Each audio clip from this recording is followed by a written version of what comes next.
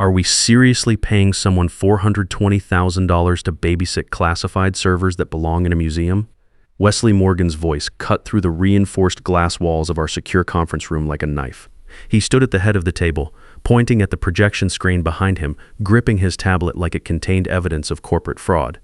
The spreadsheet on the wall showed my compensation package highlighted in red. $420,000 annually, plus benefits and performance bonuses tied to security metrics I'd built over 24 years.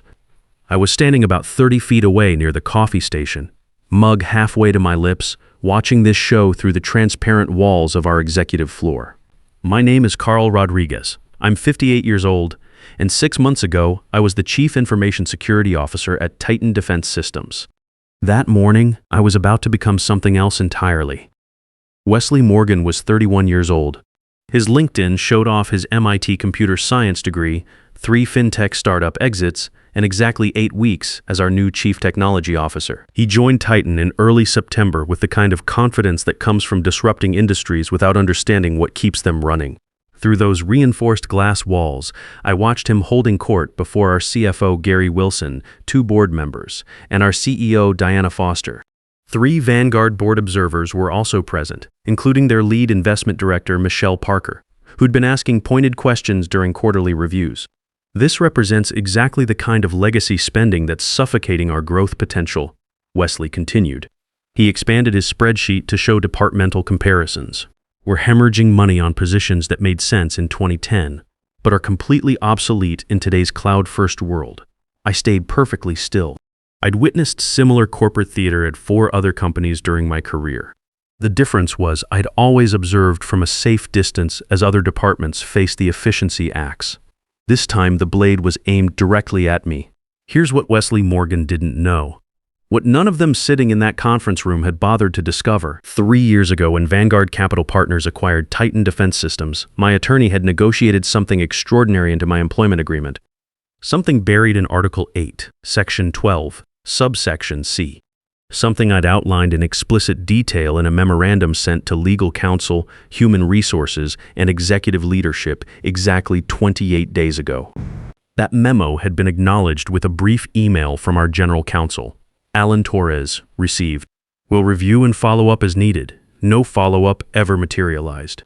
HR filed it in whatever digital graveyard they used for documents they considered procedural noise. Now watching Wesley circle my compensation like a predator who'd spotted wounded prey, I understood we were about to discover what happens when new management ignores institutional warnings. By tomorrow, Titan Defense Systems would realize they hadn't simply eliminated a redundant position. They'd triggered a contractual cascade that would result in $165 million in combined contract withdrawals, due to violations, accelerated compensation clauses, and penalty provisions that would fundamentally alter the company's trajectory. But let me back up and explain how we got here. I'm a cybersecurity guy in the defense sector, not exactly thrilling at dinner parties. People's eyes glaze over when I explain what I actually do. But that boring title represented the difference between a $3.22 billion defense contractor operating safely within complex government frameworks and that same company facing catastrophic federal enforcement actions for exposing classified data. I've been married to Linda Rodriguez for 25 years. She's a retired high school principal who still volunteers at the Veteran Services Center twice a week. Our son, Paul Rodriguez, is 25, finishing his final year at Georgetown Law. Between his student loans, our mortgage on a ranch house in suburban Virginia, and the comfortable middle-class life we'd built over 2.5 decades, my $420,000 package wasn't excessive. It was appropriate compensation for someone who'd built and maintained the invisible infrastructure, keeping a multi-billion-dollar contractor compliant with NISPOM, FISMA, and federal data protection requirements across 23 different DoD agencies. I studied aerospace engineering at Virginia Tech. Then spent 8 years at NASA doing satellite security and communications. NASA taught me precision, attention to detail, and how to prepare for scenarios others couldn't imagine. After my time there, I earned certifications in cybersecurity while working as a systems analyst at a regional defense contractor. I spent 6 years at the Department of Defense as a senior compliance examiner. I developed expertise in the exact regulatory frameworks that keep defense companies from imploding under federal scrutiny.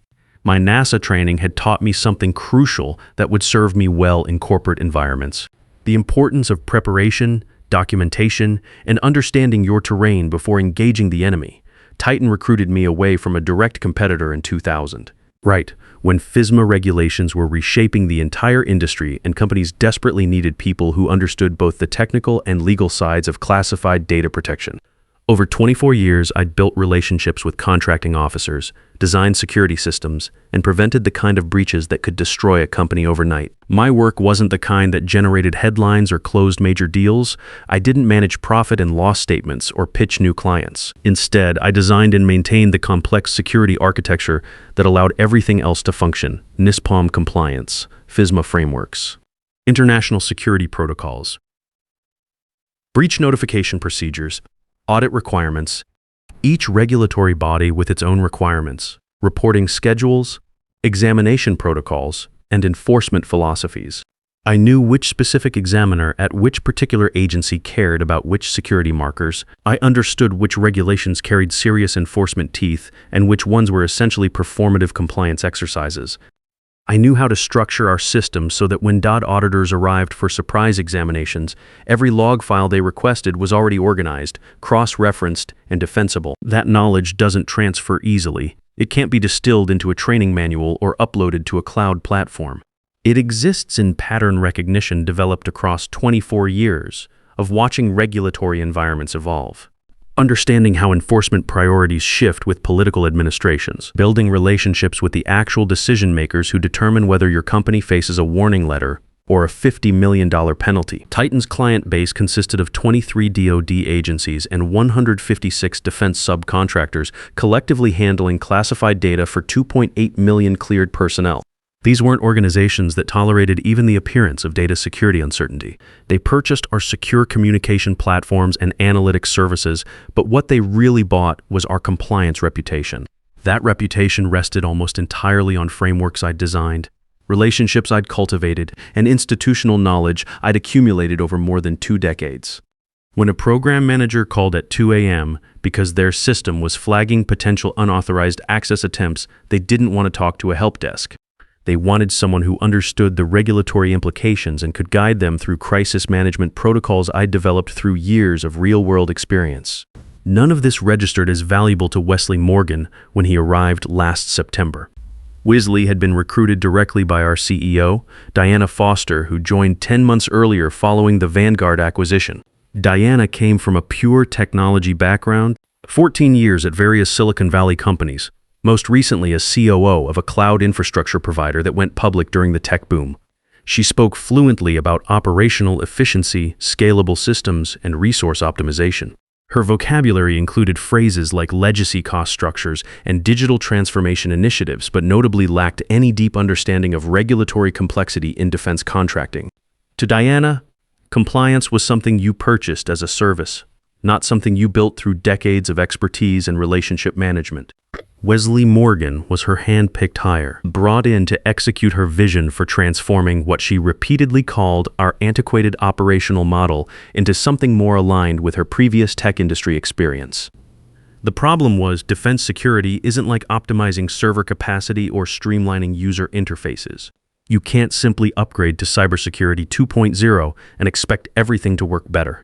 Defense data protection requires understanding not just technology, but human behavior, regulatory nuance, and the life and death stakes of protecting classified information.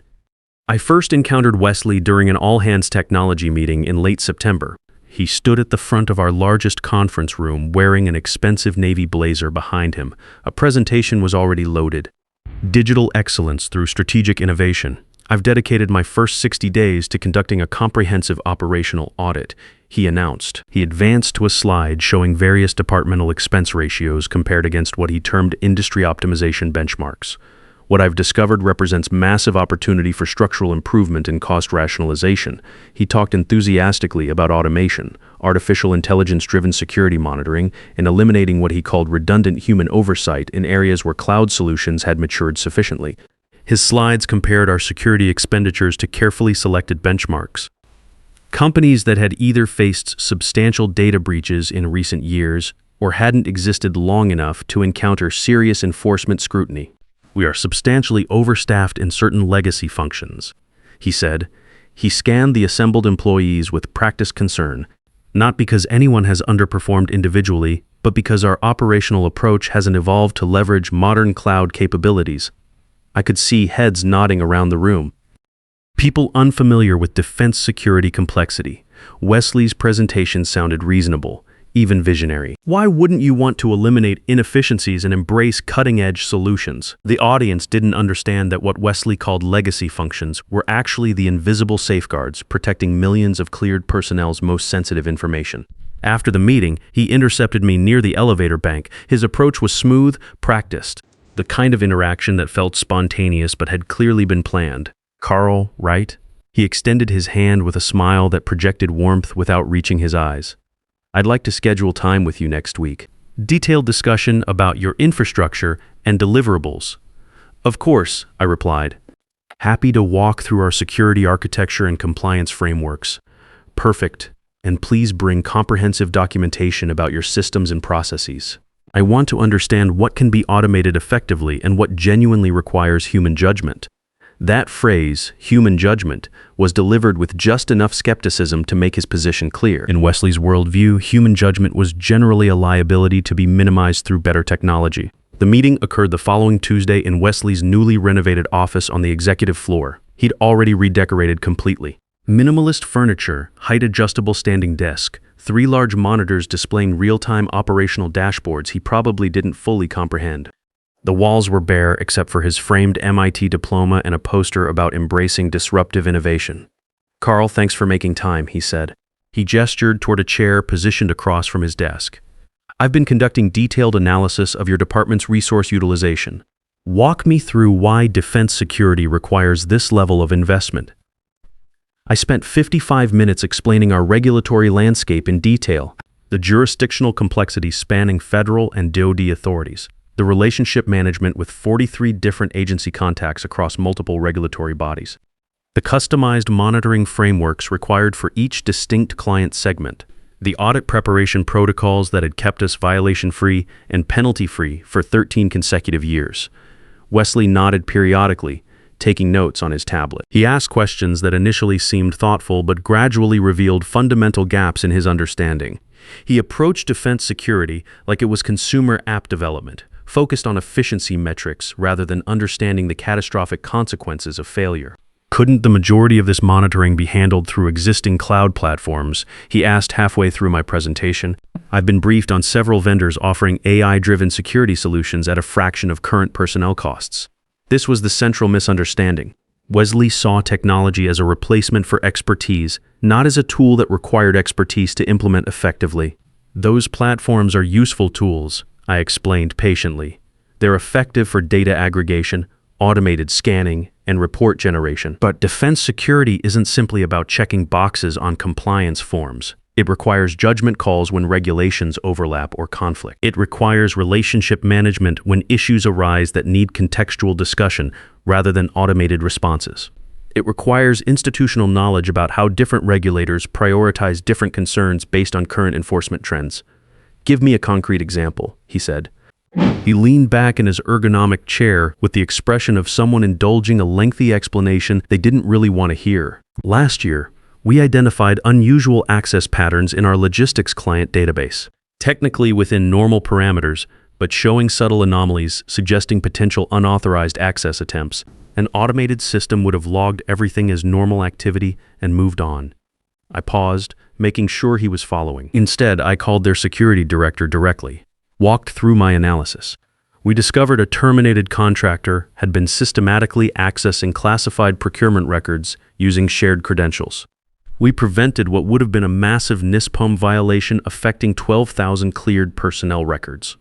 Wesley was typing notes, but I could tell he was already formulating his response rather than absorbing the implications. "That client renewed their contract for 5 years and upgraded to our premium security tier," I continued. "The account generates $28 million annually in revenue. More importantly, it strengthened our reputation in the logistics security market. Led to 4 additional client acquisitions worth another $73 million combined." Wesley made another note on his tablet, but I could see his expression hadn't changed. The numbers meant nothing to him because he didn't understand the context that made them possible. Interesting case study, but is that approach sustainable as we scale operations, he asked. Can we really afford senior personnel making individual judgment calls on every potential anomaly? What happens when you're not available to make those calls? That word sustainable became his weapon over the following weeks.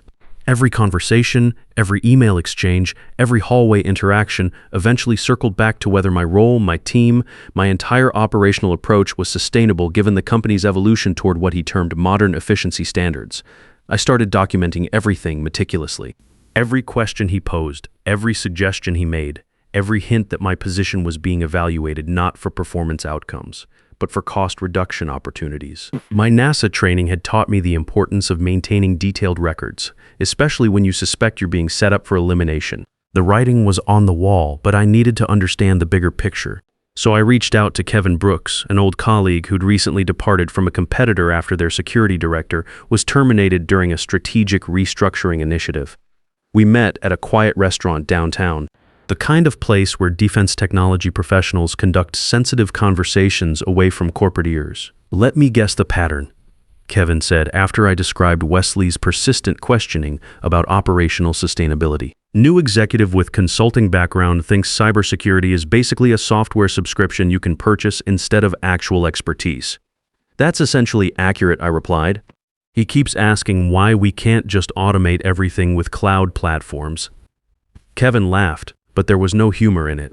Carl, they terminated our director 5 months ago, replaced him with a junior manager and a cloud platform that cost $180,000 annually. Want to know what happened last month?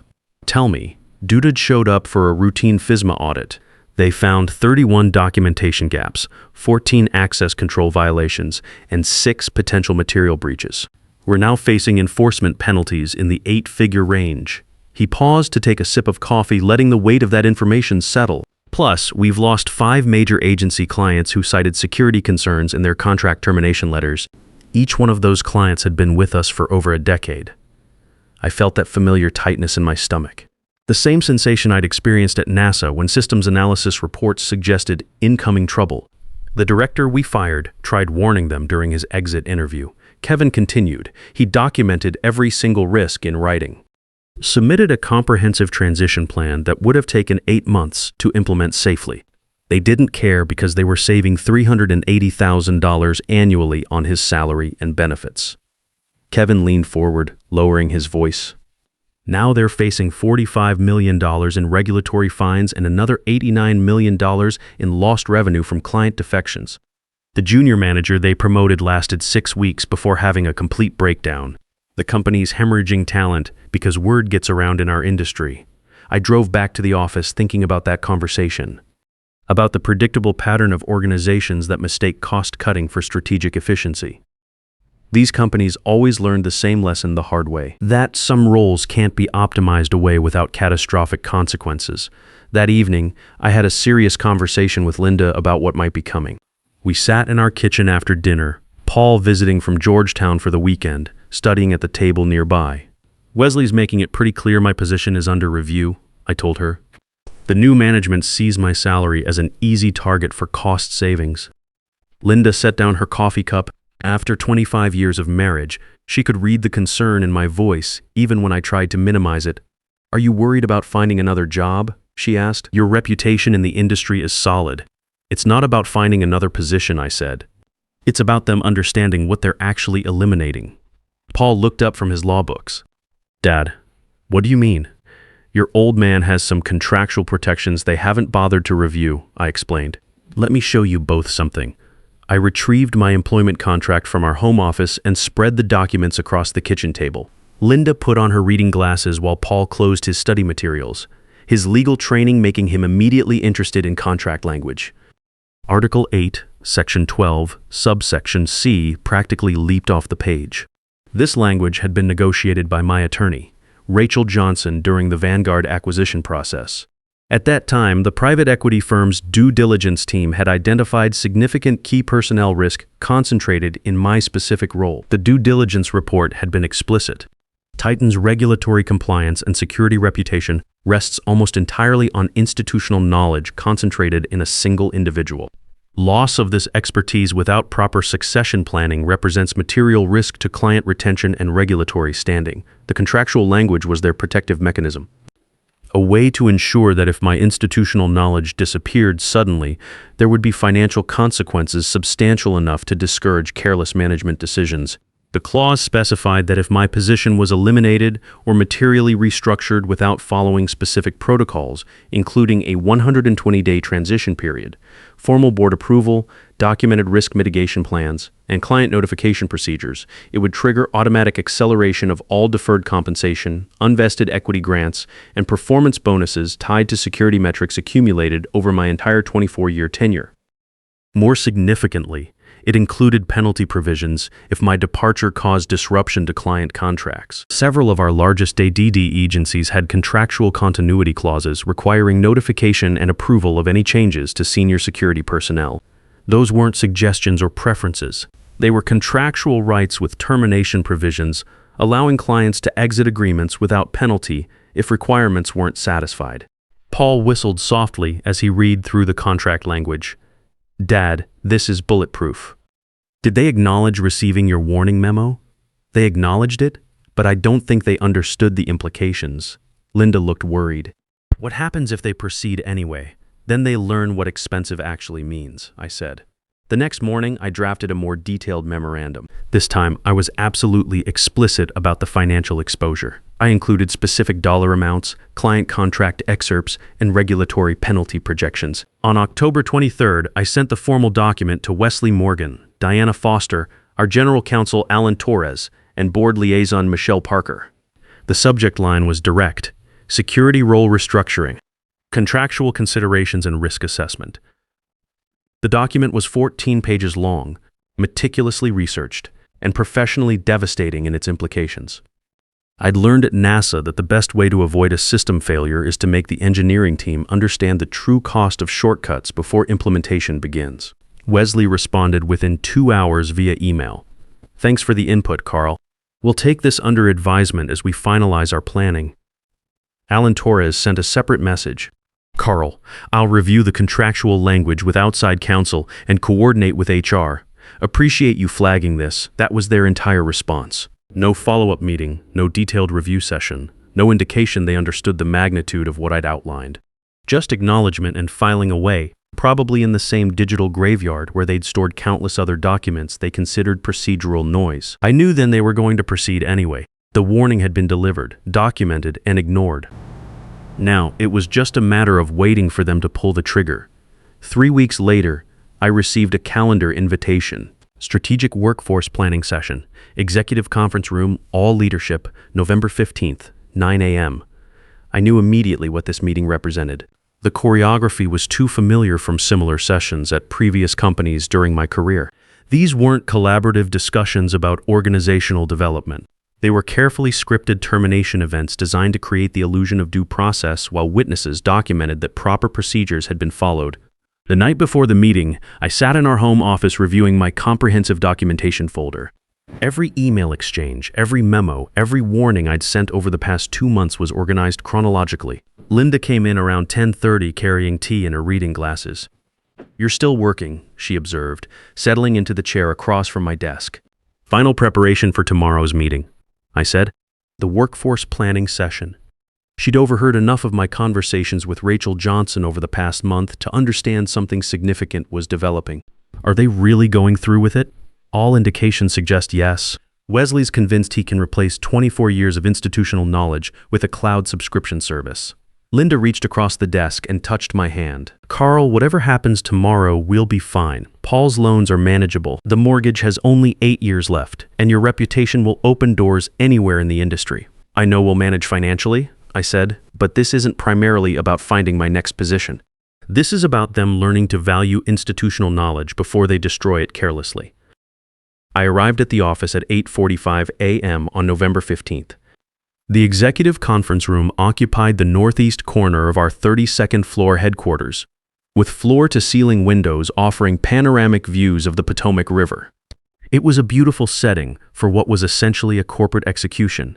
Deanna Foster sat at the head of the polished conference table, expression professionally neutral. Wesley Morgan positioned himself to her right, laptop already connected to the projection system, radiating the confidence of someone who believed he was about to solve a major operational inefficiency. Alan Torres reviewed documents with unusual intensity. Gary Wilson looked distinctly uncomfortable, adjusting his tie repeatedly and avoiding direct eye contact. The three Vanguard board observers were present, including Michelle Parker, whose sharp financial mind had been asking pointed questions during recent quarterly reviews. Wesley stood and activated his presentation. Good morning, everyone. Thank you for attending this important workforce optimization session. As we approach year-end planning, it's essential we examine our organizational structure with fresh perspective and strategic clarity. The first slide appeared, Operational Excellence through Strategic Restructuring. Today's discussion focuses on legacy operational roles that may no longer align with our growth trajectory and modern technological capabilities. He continued smoothly. The next slide showed departmental expense breakdowns. Cybersecurity represented 28% of operational overhead, highlighted in bright red with an arrow pointing specifically to my position and compensation package. I want to be absolutely clear, Wesley said, his tone carefully modulated for maximum reasonableness. This discussion isn't about individual performance or historical contributions.